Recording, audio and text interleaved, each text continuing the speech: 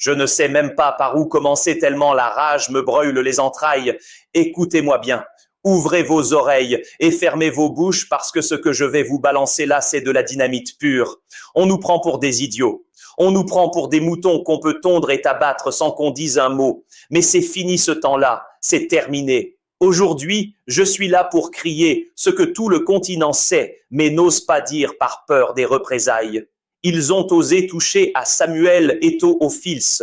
Ils ont osé salir le nom du plus grand joueur de l'histoire de l'Afrique. Et pourquoi? Pour une histoire de dispute, pour des mots échangés dans la chaleur de l'action. Ils lui ont collé 6 mois, vous entendez ça, 6 mois de suspension. C'est une éternité dans le monde du football, c'est une mise à mort, c'est une volonté délibérée de lui couper la tête et de le faire rouler dans la poussière. Mais attendez, analysons cette hypocrisie crasse qui dégouline des murs de la CAF. On nous parle d'éthique, on nous parle de discipline, on nous parle de valeurs. Laissez-moi rire, c'est de l'ordure en boîte. Où était cette discipline quand on a vu des matchs truqués en pleine lumière? Où était la commission de discipline quand l'arbitrage nous a poignardés dans le dos lors de ce fameux match Algérie contre Cameroun? Tout le monde a vu. La planète entière a vu comment les dés étaient pipés, comment chaque coup de sifflet était contre nous, comment la VAR était soudainement devenue aveugle. Est-ce que l'arbitre a pris 6 mois? Est-ce qu'il a été banni? Non, il a continué sa carrière tranquillement. Il a peut-être même eu une promotion. Et que dire du scandale lors de Maroc contre Nigeria?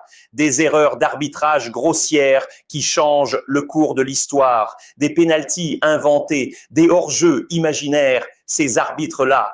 Ces criminels du sifflet qui tuent les rêves de millions de supporters, ils sont hauts aujourd'hui, ils sont dans les petits papiers de la CAF, ils voyagent en première classe, ils dorment dans des hôtels 5 étoiles payés avec notre argent. Et pendant ce temps, Samuel Eto'o, celui qui a donné sa vie pour ce sport, celui qui a fait rayonner l'Afrique dans le monde entier, lui, on le traite comme un voyou, on le traite comme un criminel de droit commun juste parce qu'il a haussé le ton. Mais qui se moque de qui? C'est une insulte à notre intelligence. C'est un crachat au visage de chaque Camerounais, de chaque Africain qui a un peu de dignité. Posez-vous la question, qui tue? Pourquoi cet acharnement? Pourquoi maintenant? Pourquoi Eto'o et pas les autres? Il y a des présidents de fédérations qui ont fait bien pire. Il y en a qui ont détourné des fonds.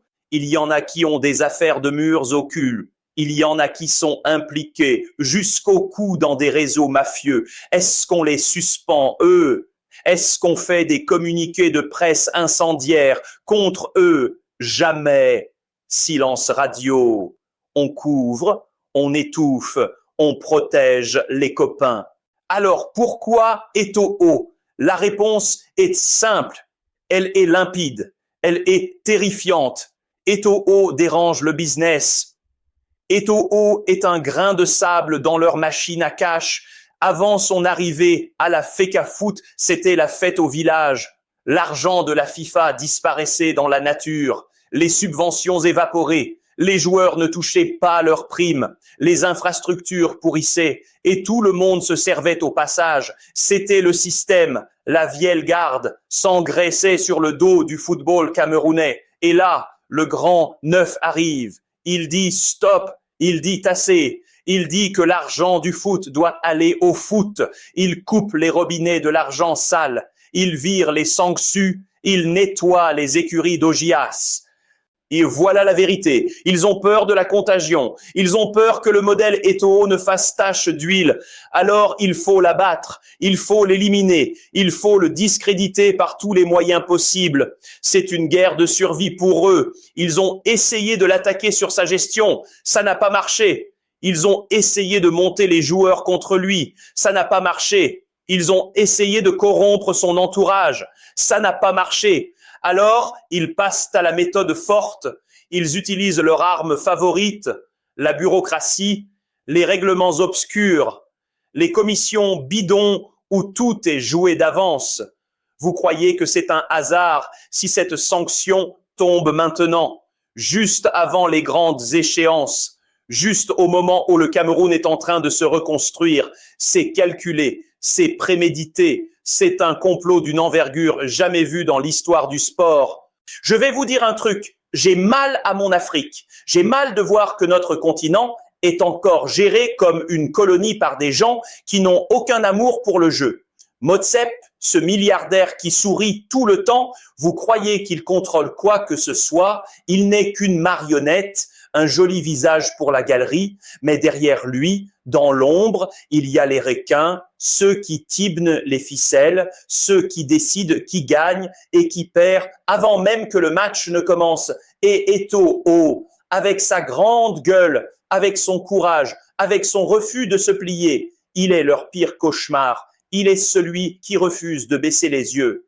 Regardez comment il traite les légendes chez nous, Drogba en Côte d'Ivoire. Ils l'ont bloqué, ils l'ont empêché d'accéder au pouvoir. Et maintenant, Eto'o au Cameroun, c'est la même stratégie partout. Ils ne veulent pas d'anciens joueurs, ils ne veulent pas de gens qui connaissent le terrain. Ils veulent des comptables, des politiciens, des gens malléables qu'ils peuvent acheter avec un poste à la FIFA ou un voyage en Suisse. C'est écœurant.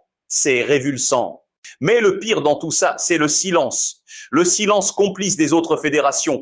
Pourquoi personne ne bouge? Pourquoi personne ne dit rien? Parce qu'ils tiennent tout le monde par les couilles avec leurs subventions. Si tu parles, on coupe les vivres. Voilà comment ça marche à la CAF. C'est le règne de la terreur. C'est une dictature déguisée en démocratie sportive. Et Eto'o est le seul résistant, le seul maquisard qui tient encore debout au milieu des ruines, et au lieu de le soutenir, au lieu de le porter en triomphe, on lui tire dans le dos, on lui plante des couteaux dans les côtes. Je vous le dis, ce n'est pas juste une histoire de 6 mois, c'est un test. Ils testent notre capacité de résistance. Ils veulent voir si le peuple camerounais va se laisser faire. Ils veulent voir si l'Afrique va continuer à dormir. Mais ils se trompent lourdement. Ils ont réveillé le lion. Ils ont allumé un feu qu'ils ne pourront pas éteindre. Nous ne sommes pas dupes. Nous voyons clair dans leur jeu. Nous savons que chaque arbitre corrompu qui est protégé est une preuve de plus de leur culpabilité. Nous savons que chaque attaque contre Eto'o est une médaille d'honneur pour lui.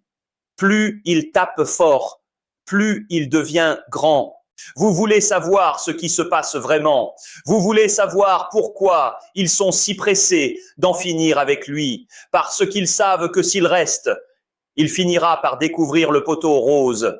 Il finira par mettre la main sur les dossiers qui fâchent, les contrats douteux avec les sponsors, les droits TV qui sont bradés à des sociétés écrans, les commissions occultes qui circulent entre le Caire et l'Asie. Eto'o est un flic dans un repère de voleurs et forcément, ça dérange. Alors oui, je suis en colère, je suis furieux, je suis hors de moi parce que je vois une injustice flagrante se dérouler sous nos yeux et je refuse d'être complice par mon silence. Ils veulent nous faire croire que la loi est la même pour tous. Mensonge, mensonge absolu. La loi est forte avec les faibles et faible avec les forts. Mais Eto'o n'est pas faible et le Cameroun n'est pas faible.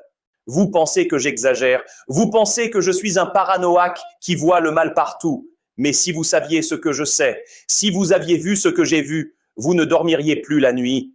Ce que je vais vous dévoiler maintenant n'est pas sorti de mon imagination. C'est le fruit d'informations qui m'ont été transmises au péril de la vie de ceux qui ont osé parler. Tout s'est joué il y a quelques semaines. Au Caire, au siège de la CAF. Il était 3 heures du matin, pendant que l'Afrique dormait, pendant que les honnêtes gens se reposaient, eux, ils étaient réveillés.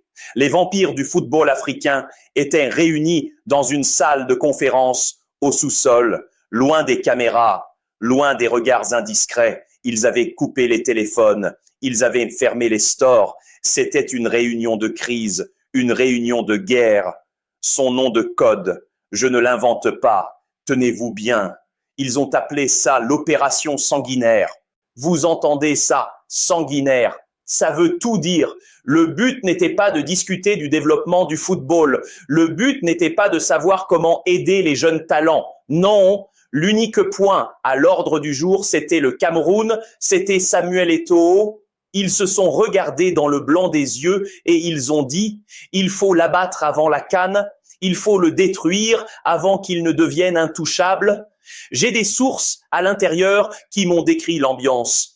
C'était glacial, c'était une haine viscérale. Ils parlaient de lui comme d'un virus à éradiquer. Mais pourquoi tant de haine? On revient toujours à la même chose, l'argent, mais pas n'importe quel argent, l'argent sale des paris sportifs. Voilà le vrai scandale que personne n'ose évoquer.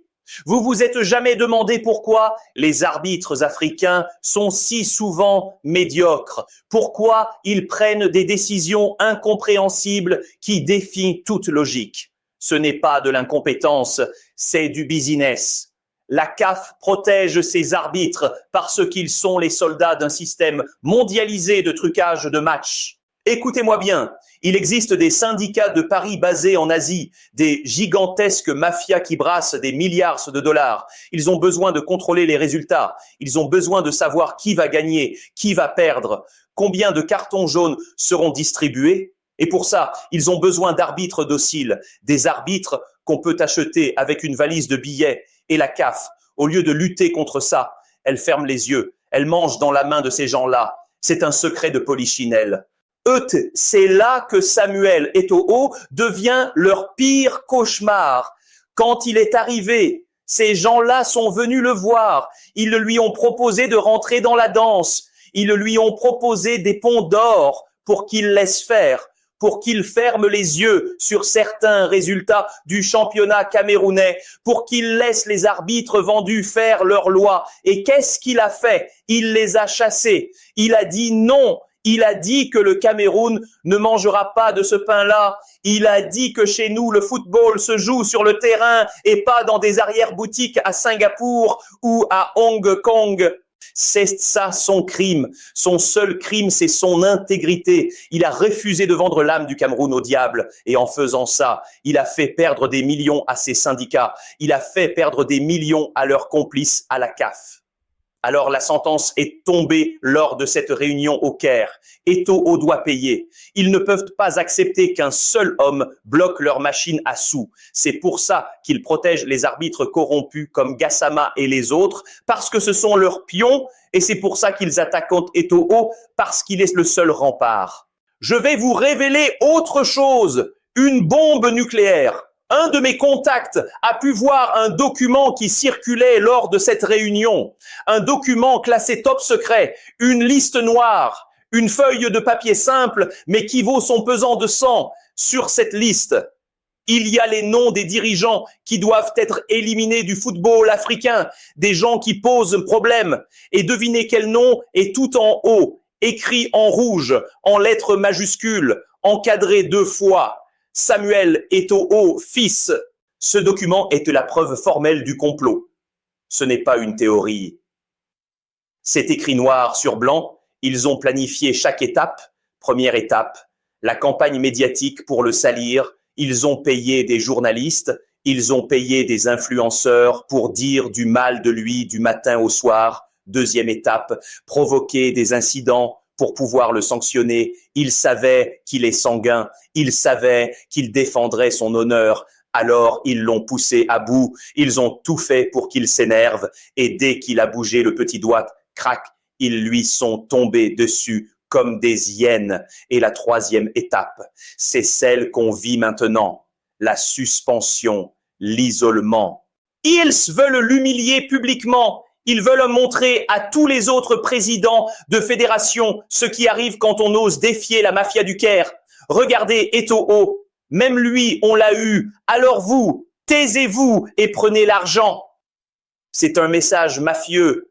C'est une tête de cheval dans le lit. Mais ils ont oublié un détail. Ils ont oublié que ce document a fuité. Ils ont oublié qu'il y a encore des patriotes. Des gens qui aiment le football plus que l'argent et qui m'ont donné ces infos.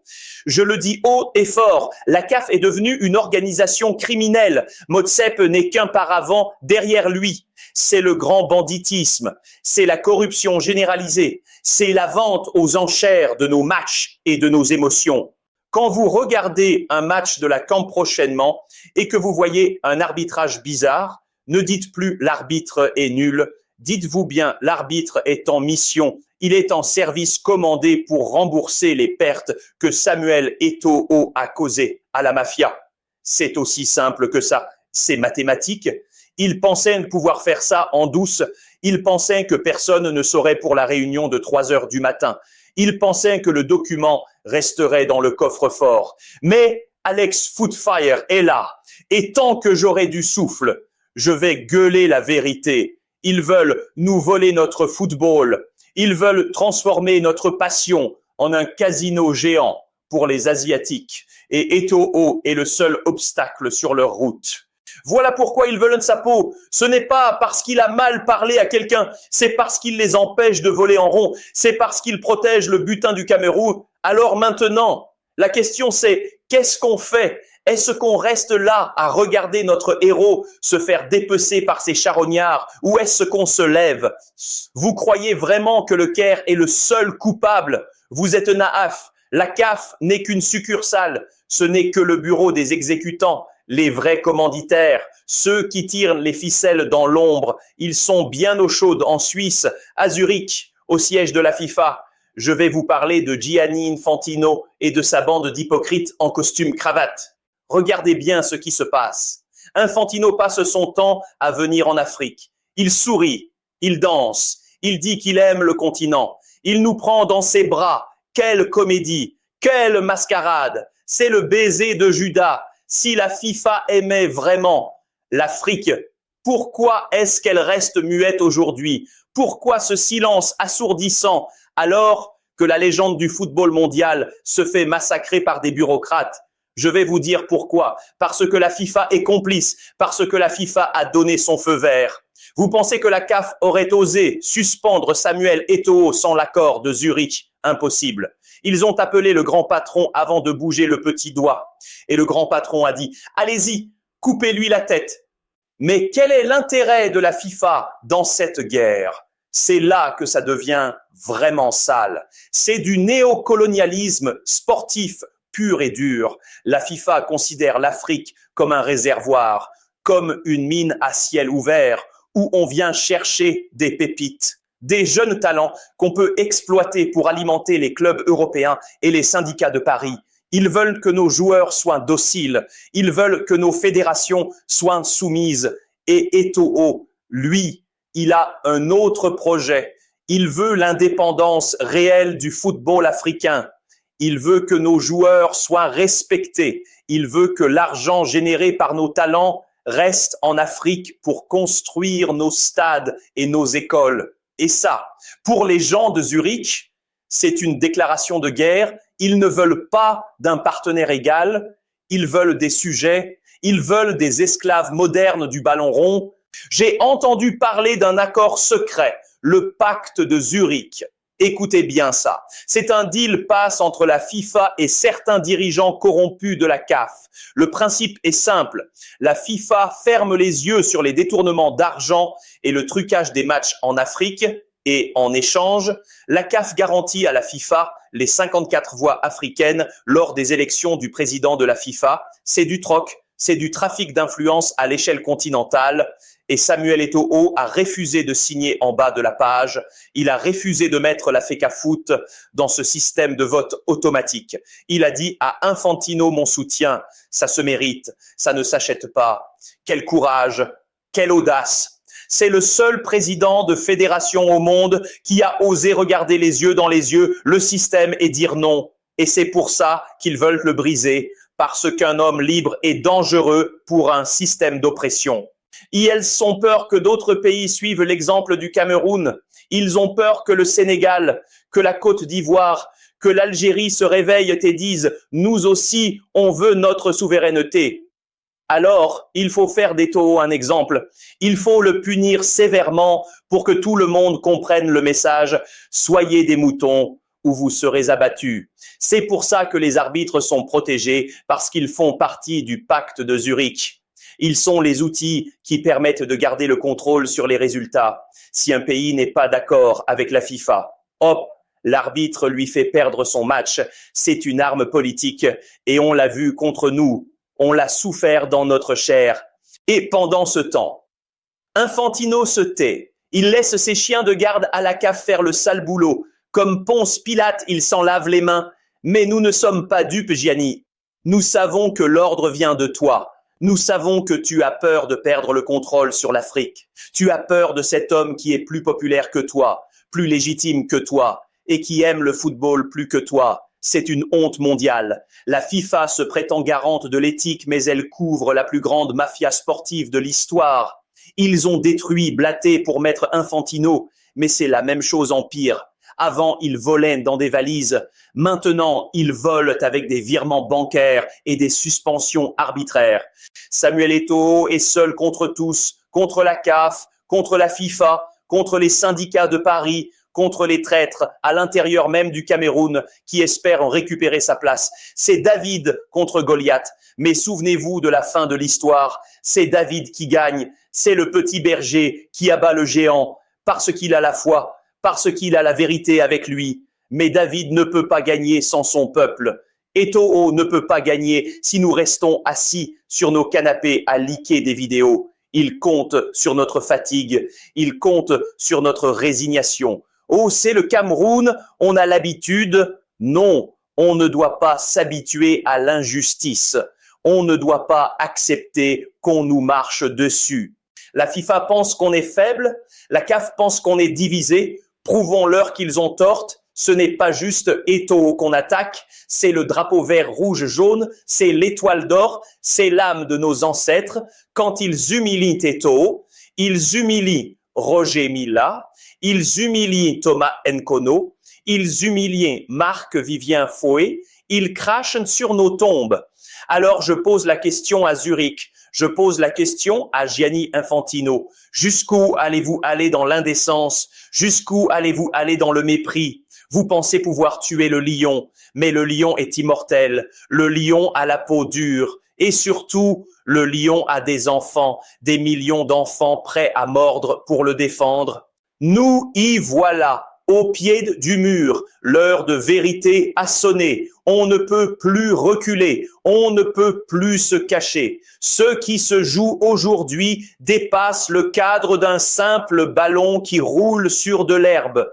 C'est l'avenir de notre dignité qui est en jeu. C'est l'honneur de l'homme noir qui est sur la table. Écoutez-moi bien, si Samuel Eto'o tombe, c'est tout l'édifice qui s'écroule. S'ils réussissent leur coup d'État, s'ils parviennent à l'écarter, alors le message sera clair pour les 50 prochaines années. Restez à votre place d'esclaves.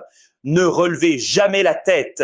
Laissez les Blancs de Zurich et leurs valets locaux gérer vos richesses. C'est ça que vous voulez. C'est ça l'héritage qu'on va laisser à nos enfants. Une Afrique à genoux qui tend la main pour recevoir des miettes. Moi, je dis non, je dis jamais. Je dis qu'il est temps de renverser la table. Il est temps de leur montrer que le pouvoir n'est pas dans les bureaux climatisés du Caire. Le pouvoir est dans la rue. Le pouvoir est dans les gradins. Le pouvoir est entre les mains des supporters qui payent leurs billets et qui font vivre ce sport. Sans nous, ils ne sont rien. Sans notre passion, leurs droits télé ne valent pas un quinette. Alors j'appelle au soulèvement général. Peuple camerounais, toi qui as résisté aux colons, toi qui as des ancêtres guerriers, vas-tu accepter qu'on humilie ton fils le plus glorieux sans rien faire? Vas-tu regarder ailleurs pendant qu'on lynche l'enfant de Newbell? Réveille-toi, sors de ta torpeur. Ce n'est pas le moment de la division. Ce n'est pas le moment des petites querelles de quartier. C'est l'union sacrée ou la mort. Je m'adresse à la jeunesse, à vous qui rêvez de devenir des Eto'o. Si vous laissez faire ça aujourd'hui, demain ce sera votre tour. Ils vous briseront comme ils essayent de le briser lui. Il faut inonder les réseaux sociaux. Il faut que chaque post, chaque tweet, chaque vidéo soit un cri de guerre contre la mafia de la CAF. Il faut que Motsepe tremble quand il ouvre son téléphone. Il faut qu'Infantino comprenne qu'il a marché sur une mine anti-char. Et je ne parle pas que du Cameroun. Je parle à toute l'Afrique, Ivoiriens, Sénégalais, Algériens, Marocains, Nigérians. Ne vous trompez pas d'ennemis. Aujourd'hui, c'est Eto'o, mais demain, ce sera votre légende à vous. Ce système nous broie tous. Il se nourrit de nos divisions. Il nous monte les uns contre les autres pendant qu'il compte les billets. Unissons-nous. Créons un front commun contre la dictature de Motsep et les bureaucrates de Zurich. Je lance un ultimatum à la CAF. Vous avez voulu la guerre, vous allez l'avoir. Si vous touchez à un seul cheveu d'Eto'o, nous allons lancer le boycott le plus massif de l'histoire du football. Nous allons appeler à boycotter vos sponsors. Nous allons vider vos stades. Nous allons éteindre vos télés. Nous allons vous frapper là où ça fait mal, au porte-monnaie. Nous allons vous assécher jusqu'à ce que vous veniez ramper pour demander pardon. Ils pensent qu'ils sont intouchables parce qu'ils ont des avocats et des milliards. Mais nous avons quelque chose qu'ils n'auront jamais. Nous avons le feu. Nous avons la rage de vaincre. Nous sommes le continent de l'avenir et ils sont le passé. Ils sont la vieille garde pourrie qui s'accroche à ses privilèges. Nous sommes le vent du changement qui va tout balayer sur son passage. Samuel, si tu m'entends, sache que tu n'es pas seul, ne lâche rien, tiens bon, reste debout comme tu l'as toujours fait face aux défenseurs qui voulaient te casser les jambes. Ils peuvent te suspendre, ils peuvent t'interdire de stade, mais ils ne peuvent pas t'enlever de nos cœurs. Tu es le président du peuple, tu es le président légitime et aucune commission bidon réunie dans un sous-sol ne pourra changer ça. C'est une guerre de tranchées et nous sommes prêts à mourir pour nos idées. Ils ont voulu nous enterrer, mais ils ne savaient pas que nous étions des graines.